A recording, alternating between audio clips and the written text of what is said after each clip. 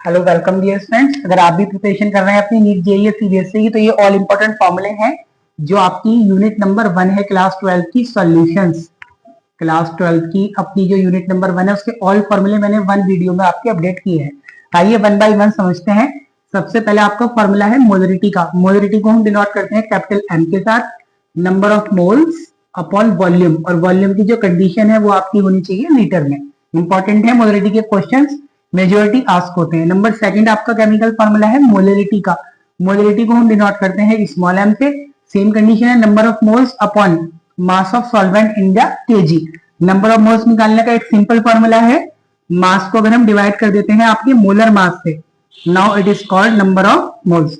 आपका जो number third है मोल फ्रैक्शन, इंपॉर्टेंट है क्योंकि मोल फ्रैक्शन से आपके राउल्स और हेनरी के नेक्स्ट फॉर्मूले क्लियर होंगे।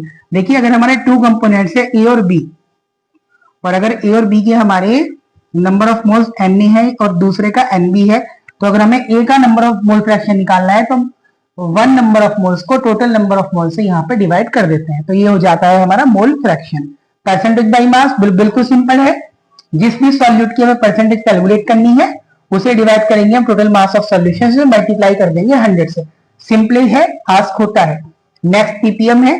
Ppm means mass of solute upon mass of solution. Ppm parts पर मिलियन आपकी इसकी फुल फॉर्म हो जाती है, और 10 की पावर 6 से हम इसे मल्टीप्लाई कर सकते हैं। हेनरीज लॉ इंपॉर्टेंट है। जब भी हम कोई गैस को, अगर हम किसी गैस को लिक्विड में डिसॉल्व करते हैं तो मेजोरिटी में हमारा हेनरीज लॉ होता है P is equal to KH into टो। इट मीन यहाँ पे P है पार्शियल प्रेशर गैस का, KH है हेनरी कांस्टेंट, और X या टो जो है वो है हमारा mole fraction. Raoult's law important है। अगर हम टू वोलेटाइल लिक्विड यहाँ पे लेते हैं, सपोज करिएगा हमने जो है वाटर और वाटर के साथ C2H5OH यानी कि एथेनॉल मिक्स किया है, तो जो पार्शियल वेपर प्रेशर होता है वो डायरेक्टली प्रोपोर्शनल होता है मोल फ्रैक्शन के। तो P is equal to PA0 into X। यहाँ पे जो PA0 की वैल्यू आती है, PA0 की वैल्यू हमेशा आपकी आस्क होती है प्योर सॉल्वेंट के लिए।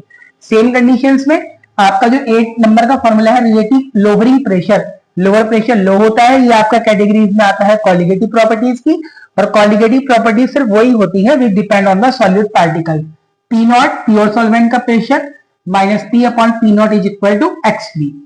Elevation in boiling point delta TB is equal to KB into small m। यहाँ पे KB जो होता है वो मोलर एलिवेशन कांस्टेंट होता है, और आपका डेल्टा TB होता है elevation in the boiling point.